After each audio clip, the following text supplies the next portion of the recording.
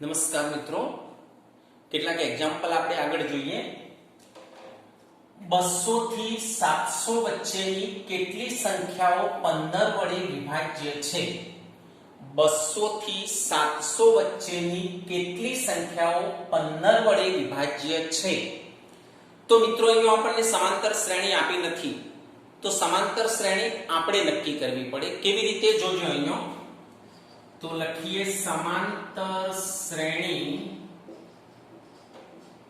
હવે આપણને 200 થી 700 વચ્ચેની વાત કરી છે, તો 200 અને કેટલા વડે ભાગવાની? 15 વડે.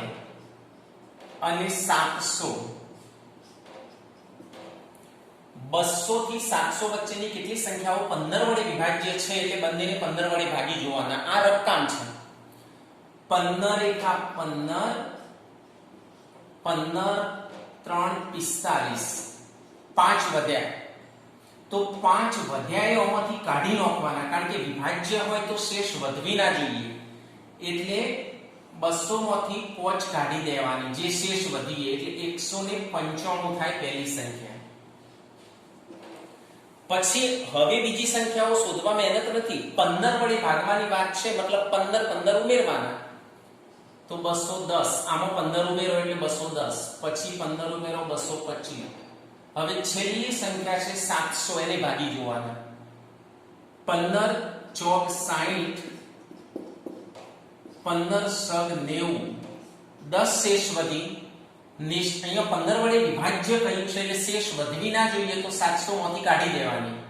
એટલે 700 - 10 એટલે 690, એટલે છેલ્લી સંખ્યા 690 આવશે.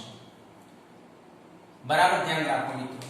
તમને કહ્યું હોય કે ત્રણ આંકડાની કેટલી સંખ્યાઓને 7 વડે ભાગી શકાય? ત્રણ આંકડાની કેટલી સંખ્યાઓને 7 વડે ભાગી શકાય? તો ત્રણ આંકડાની પહેલી સંખ્યા કઈ? 100, એટલે અહીંયા 100 લખવાના અને ભાગ્યા 7. ત્રણ આંકડાની છેલ્લી સંખ્યા કઈ? 999, તો અહીંયા 999 ભાગ્યા 7 કરી અને સેમ આ જ રીતે કરવાનું. બે આંકડાની કેટલી સંખ્યાઓને 7 વડે ભાગી શકાય? તો અહીંયા 10 લેવાના, બે આંકડાની સંખ્યા ભાગ્યા 7 અને છેલ્લી આવશે 99 ભાગ્યા 7. તો આવી રીતે સમાંતર શ્રેણી આપણને બનાવતા આવડતી હોવી જોઈએ. 200 થી 700 વચ્ચેની એટલે 200 અને 700 ને 15 વડે ભાગવાના, જે શેષ વધે આમાંથી કાઢી દેવાની, આ શેષ આમાંથી કાઢી દેવાની. તો આમાંથી મળે પહેલો સભ્ય, આમાંથી મળે આ રે છેલ્લો સભ્ય. હવે મિત્રો અહીંયા બરાબર ધ્યાનથી જુઓ તમે. આપણને વાત કરી છે 200 થી 700 વચ્ચેની, તો 200 થી 700 વચ્ચે આ 195 ના આવે. 200 થી 700 ની વચ્ચે 195 આવે નહીં. એટલે આપણી શ્રેણી શરૂ થાય 210 થી. શ્રેણી આટલાથી શરૂ થાય. આ સભ્ય ખોટો કહેવાય, કારણ કે 200 થી 700 વચ્ચેની વાત ચાલતી હોય તો 195 તો 200 થી 700 વચ્ચે ના આવે, એટલે એને કાઢી નાખવાના. એટલે અહીંથી શરૂ થાય છે એવું સમજવાનું. તો હવે a બરાબર 210, આ નથી જેવું સમજવાનું, ચેકી દેવાનું. d બીજા પદમાંથી પહેલું પદ કાઢવાનું, 225 - 210 એટલે 15. અને છેલ્લા પદને આપણને ખ્યાલ છે હંમેશા an કહેવાય, તો an બરાબર 690. છેલ્લું પદ આપેલું હોય એ હંમેશા an જ કહેવાય. તો an આપ્યું છે તો an નું સૂત્ર મૂકવાનું, a + n - 1 * d બરાબર 690. એની કિંમત 210, n નથી આપ્યું, d ની કિંમત 15. 210 પેલી બાજુ જાય. આ તો આપણે શીખેલા છીએ એના એ જ. 690 - 210, 0 9 માંથી 1 જાય તો 8, 6 માંથી 2 જાય તો 4, 480. 15 ભાગાકારમાં જશે, અહીંયા લખીએ તો 15 તરી 45, 15 દુ 30 એટલે 32 આવશે. હવે એકડો પેલી બાજુ લઈ જાઓ,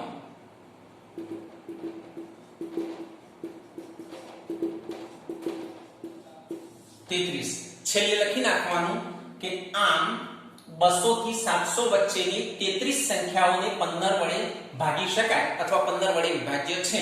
આ જવાબ લખવાનો છે. એટલે આમ 200 થી 700 વચ્ચેની 33 સંખ્યાઓ 15 વડે વિભાજ્ય છે. એ પ્રમાણે આપણે લખી દેવાનું. હવે આપણે બીજો દાખલો જોઈએ.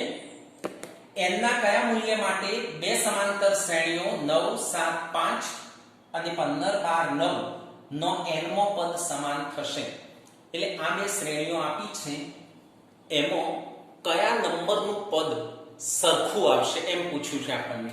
તો સૌથી પહેલા આપણે બે શ્રેણીઓ લખી નાખીએ. સમાંતર શ્રેણી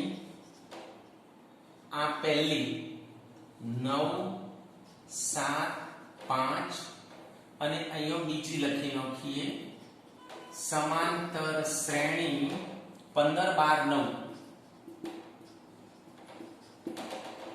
છેલ્લું પદ આપી નથી, ટપકો જ કરવાનો છે. હવે અહીં a એટલે પ્રથમ પદ, d એટલે બીજામાંથી પહેલું બાદ કરો, 7 - 9 એટલે -2. અહીંયા પણ હવે અહીંયા a લખ્યો ને અહીંયા a લખીએ તો બે સરખું થઈ જાય. એક જ દાખલામાં અહીંયા a ને અહીંયા a, તો આપણે કયો a સમજવાનો? એટલે અહીંયા હું કેપિટલ A લખું. બે જુદું પડે એ માટે આ નાનો a, આ કેપિટલ A, એટલે બે શ્રેણીઓ માટે અલગ પડે એ માટે. આના d ને કેપિટલ લખીએ, બીજા પદમાંથી પહેલું પદ બાદ કરવાનું. જુદું પડે એ માટે કેપિટલ લખ્યું છે, બાકી કોઈ કારણ નથી.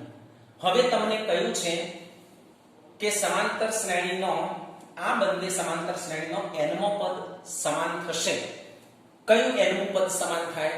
તો ધારો કે કયા મૂલ્ય માટે? એટલે ધારો કે આનું n મું પદ અને આનું n મું પદ સમાન હશે. આનું n મું પદ એટલે નાનો an લખ્યો, આનું n મું પદ એટલે મોટો an લખ્યો. આપણને પૂછ્યું છે કે કયું પદ સમાન હશે? તો ધારો કે આનું n મું પદ એટલે નાનો a છે એટલે નાનો an, આ મોટો a છે એટલે મોટો an લખ્યો. આનું સૂત્ર a + n - 1 * d. આનું સૂત્ર આપણે કેપિટલ લખીએ પ્લસ n - 1 * d. અહીંયા a અને d કેપિટલ છે એટલા માટે અહીંયા કેપિટલ લખ્યા છે. કિંમત મૂકી દેવાની. a ની 9, d ની -2, a ની 15, d ની -3. પછી આ 9 અને આ બગડો અંદર ગુણી દઈએ. તો પહેલા લખીએ 9 -2 નો n જોડે એટલે -2n,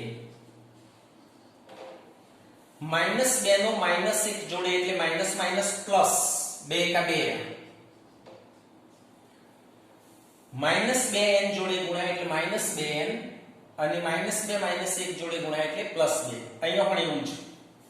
15 પછી -3 નો n જોડે એટલે -3n થશે અને -3 નો -1 જોડે એટલે +3. બધું એક સાઈડ લાવી દઈએ. અહીંયા પહેલા સરવાળો કરી દઈએ. 9 અને 2 11, 15 ને 3 18. હવે n વાળા જોડે લાવીએ અને સંખ્યા જોડે લઈ લઈએ.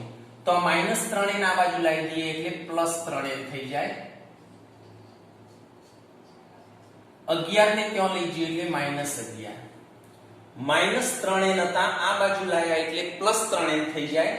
11 ધન હતા પેલી બાજુ લઈ ગયા એટલે ઋણ થઈ ગયા. 3n માંથી 2n જાય એટલે n, 18 માંથી 11 જાય એટલે 7. તો છેલ્લે લખી નાખવાનું કે બંને શ્રેણીઓનું 7મું પદ સમાન હશે. બંને શ્રેણીઓનું 7મું પદ સમાન હશે એવું લખવાનું. હવે મિત્રો આપણે જે આ an વાળા સૂત્રની રીત જોઈ એમાં ઘણી વખતે આવી રકમ વાળો દાખલો પણ પૂછાય છે. સેમ આવું જ હોય પણ રકમ આપેલી હોય. દાખલા તરીકે રામકલી વર્ષના પ્રથમ અઠવાડિયે ₹5 ની બચત કરે છે અને પછી તેની અઠવાડિક બચતમાં 1.75 નો વધારો થાય છે. તો કયા અઠવાડિયે તેની બચત 20.75 થશે? તો અહીં સમાંતર શ્રેણી આપણે બનાવવાની. લખ્યું છે પહેલા અઠવાડિયે પોંચની બચત કરે એટલે 5. પહેલા અઠવાડિયે પોંચની બચત થાય એટલે પહેલા પોંચ લખવાના. પછી તેની અઠવાડિક બચતમાં 1.75 નો વધારો થાય એટલે 5 અને 1.75 વધે એટલે 6.75 આવશે. પછી પાછું બીજા અઠવાડિયે 1.75 વધે, દર અઠવાડિયે 1.75 વધે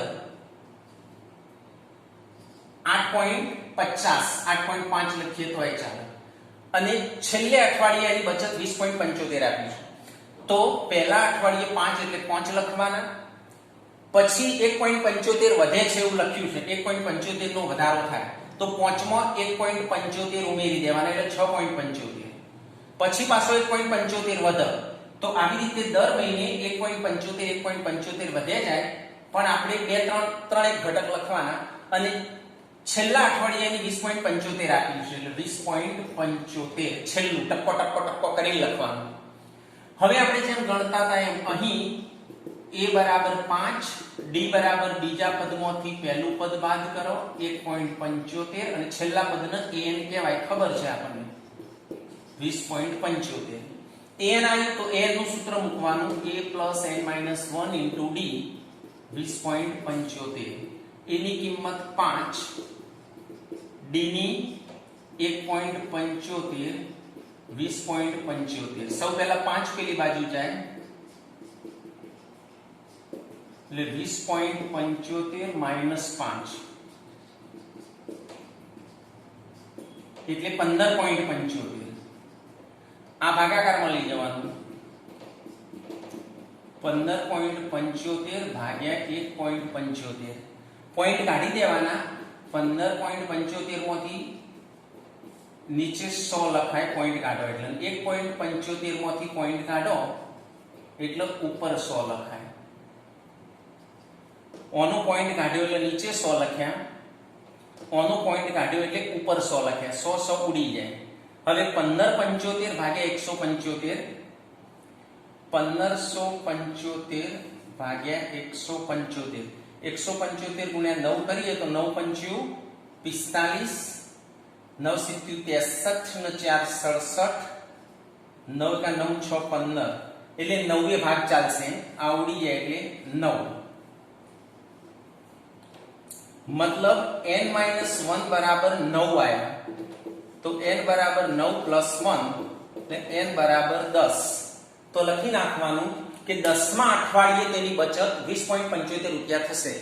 10 આયા એટલે 10મા અઠવાડિયે તેની બચત 20.75 રૂપિયા થશે. એટલે આવા શબ્દો વાળા રકમ વાળા આપ્યા હોય એ પણ સરળ જ હોય છે મિત્રો. તો બરાબર અભ્યાસ કરી તમારી ગૃહ કાર્ય કરવાનું સ્વાધ્યાય 5.2 નો 13, 14, 19, 20. 5.2 નો 13, 14, 19, 20